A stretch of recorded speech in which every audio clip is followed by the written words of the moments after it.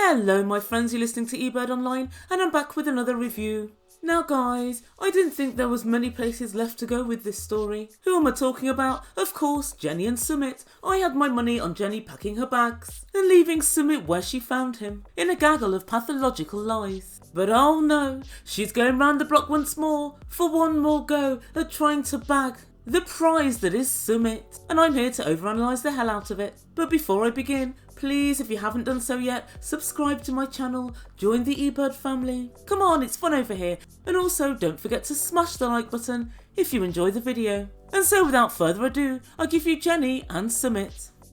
So last week we saw Jenny and Sumit, the unrepentant sociopath, walking around a market. And Jenny remarked, "I love these markets." And Sumit said, "Yes, you can get everything here. Jewellery, flowers, food." Whoops, Sumit, be careful. These are all the things you need for a wedding. I wonder if there's a willing groom wandering around. Now wouldn't that be something? And we see that Jenny's looking for some chanting beads because she wants to continue the chanting she learned at the Hare Krishna Centre.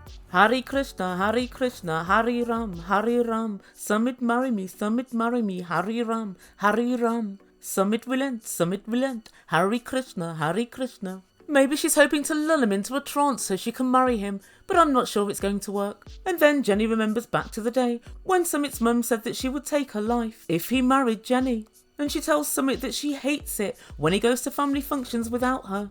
And Jenny said, "Sometimes I wish you could tell them, no, I'm not coming." And Sumit said, well, then I've got some interesting news for you. Shri and Amit are having a baby, and this is his brother and sister-in-law. The same ones that we met last season. And Sumit said, "I'm invited to go and celebrate, but of course you're not invited." And poor Jenny, she gave quite a hangdog expression, and she said, "I feel really bad that I can't give your parents another grandchild." Oh Jenny, don't feel too bad. I think the whole Indian subcontinent owes Jenny a debt of gratitude. By being with Sumit, she's ensuring that the genes of a liar won't be passed on from bullshitter to son. It's virtually an act of charity, an act of great benevolence and bravery. And Sumit informs her that he's going to tell his parents that they're now engaged. Selfish Sumit strikes again. Why would you choose this time to actually let that information out? Somebody else's happy moment. This baby celebration is going to quickly turn into a threat of impending suicide. Typical Sumit is only thinking of himself. And so when Sumit turns up, his parents are sitting there with Amit and Shri, opining how very happy and joyous they are because they'll now be grandparents for the very first time. And Amit takes time out of his happy day to let us know that his mum often cries over the situation with Sumit. He feels very bad for her. And this is unfortunate for Jenny and Sumit because it seems they have no familial support. And we did see a couple of weeks ago that Sumit met up with a couple of his friends and they all sort of parroted the line that now we've met Jenny, a lot of times we realise she's a lovely person and Sumit and Jenny belong together. But I kind of got the feeling it was all for the cameras. I don't know what they really think. And although I guess we'll never know, at least I suppose they like Sumit enough to try and support him. And so Sumit turns up at the family gathering and he gives his congratulations to the happy couple, waits 2 minutes and then says, "I want Jenny to be invited to all of our family get-togethers." And Amit says she's welcome as a friend but not as a family member. And Sumit sits down and tells his parents, "Jenny and I are now engaged." And his parents tell production, "This is terrible news." And his parents try to explain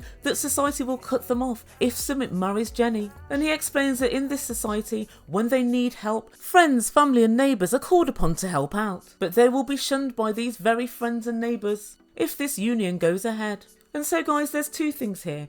One, I don't know why Sumit chose this time to tell his parents his happy news. As per usual, he's managed to turn a happy occasion into a deeply unhappy one, characterised by frowns, crying and upset. And it would appear that Sumit's only skill is making people deeply unhappy. Guys, the talent he possesses in this genre is second to none. But I think the second thing is Sumit knows all of the intricacies of Indian society and Indian culture. So he knows good and well that his parents will be shunned by their family and their peers. And bearing this in mind, I think the only way for he and Jenny to be together is for the pair to go to America and marry and live there. I think at this point that would be the most sensible option. And Sumit sat on the floor in front of his dad and his dad said, "We can never ever accept your relationship with Jenny." But Sumit pushed on regardless. He said Jenny has a right to be part of our celebrations. and his mum got up and walked away, visibly upset. And Amit and Shri said, "You should have discussed getting engaged with our parents first. That's what we tried to tell you when we came to your house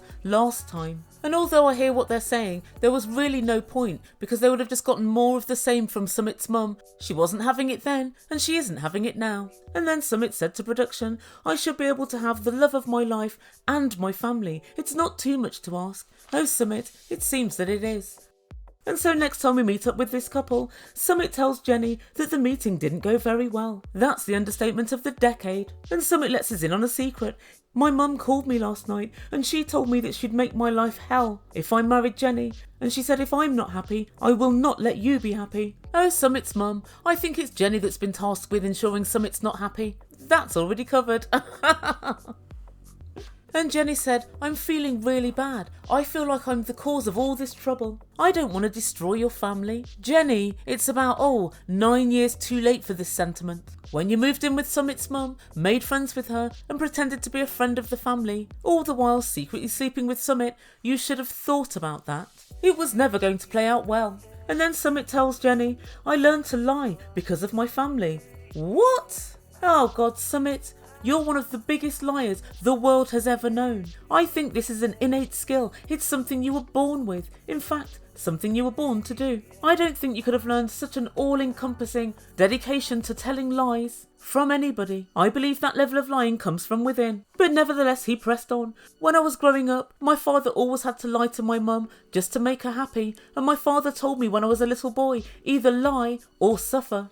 And guys, I'd dearly love to hear more context about this. Because as far as I'm concerned, Sumit lies to people so that he can get what he wants when he wants it. He doesn't care who he lies to or how it hurts others in the process. I believe his dad's lies were more than likely the common garden variety. "I'm just popping out to see a friend."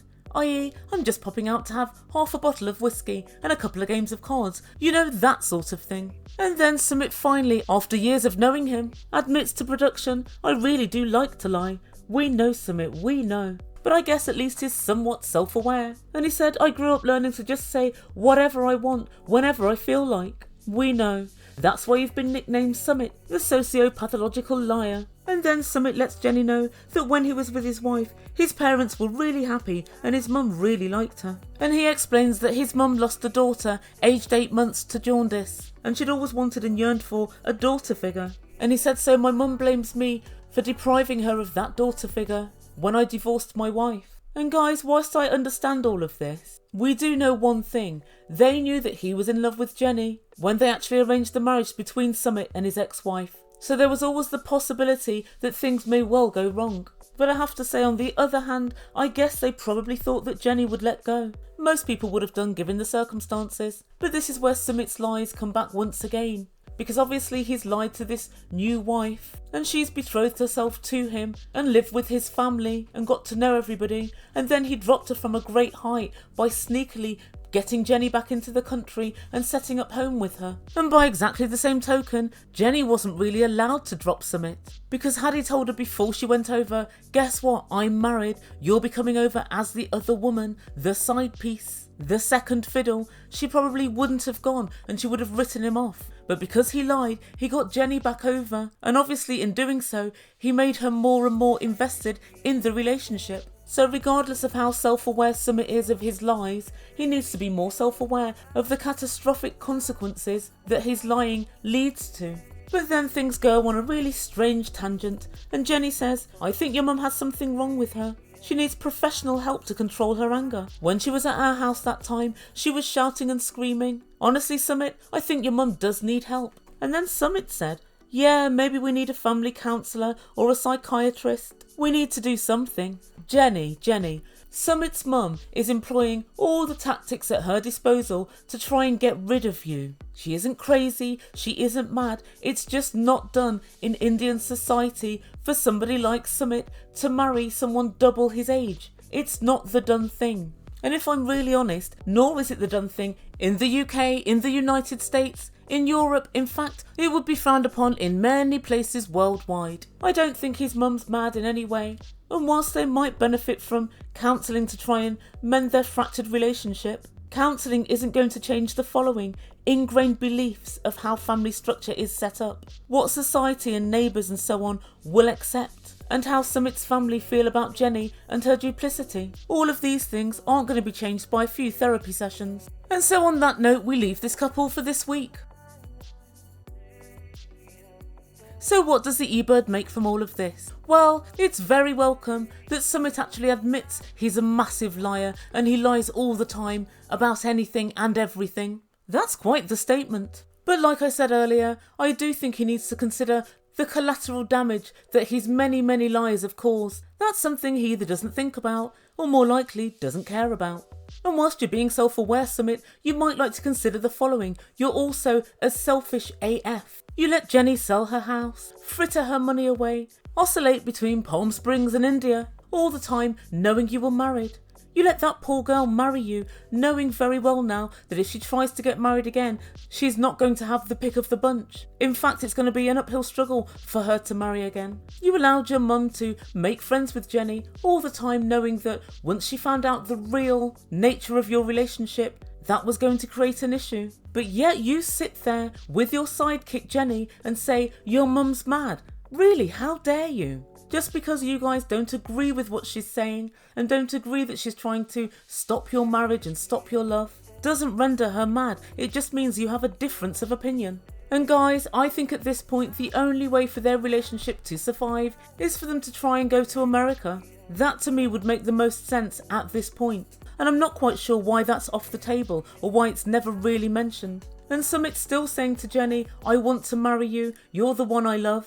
But there's still no real movement towards them getting married. You already know your mum and dad say no way, no how. You already know that you'll be an outcast if you marry her. So really it's just a very simple decision now, Sumit, for you to make. Do I want my family or do I want Jenny? It would seem that you can't have both. And for some strange reason, Sumit seems to think, I wonder if my mum's going to come around. I can tell you already, Sumit. No, she's not. If anything, she'll double down. And so guys, as usual, I'd love to hear all your thoughts on all of this. Next week we see Jenny back at the Hari Krishna Centre, and I suppose it is actually quite nice that she finds peace in her chanting and finds it to be a peaceful experience, so that's something I guess positive for her. She's just got another 9 years and 11 months until they give her a visa for being a mercenary. A missionary.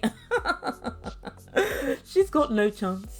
But she's talking to one of the ladies that was helping her chant before, and she gave her excellent advice. She said, don't let him use you. The day that you will leave is the day that he'll have to make a decision. Just walk away. And unfortunately, whilst I'd like to say yes, that's what I think will work, I don't know if it will, because Jenny's walked away several times before, and Sumit just lets her walk away, waits 3 to 5 working days, starts calling her and telling her things will be different, and I really love you and I can't live without you, and Jenny goes strolling back without a bye or leave. Because of her past behaviour, I think Sumit will always believe he can get her back, whether he can or not. But it would also seem that Jenny's becoming a little bit more self-aware, because she said, I can't just keep threatening to leave, I have to actually do it. Wise words, Jenny, wise words. But what you also have to actually do is not come back again and draw a line under this horseshit relationship.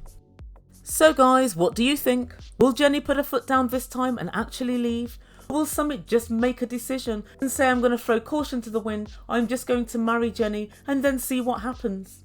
Let me know what you think in comments down below, and I'll get on with another video. Guys, thank you so much for listening, and also a massive thanks to everyone who's subscribed to my channel. I'm still reeling from the fact that I've got 40,000 subscribers in just over 2 years, so a massive thank you to everybody. And if you haven't done so yet, click the red button and also smash that like button if you enjoyed this video. Thank you so much for listening. You've been listening to Ebird Online, and I bid you good day.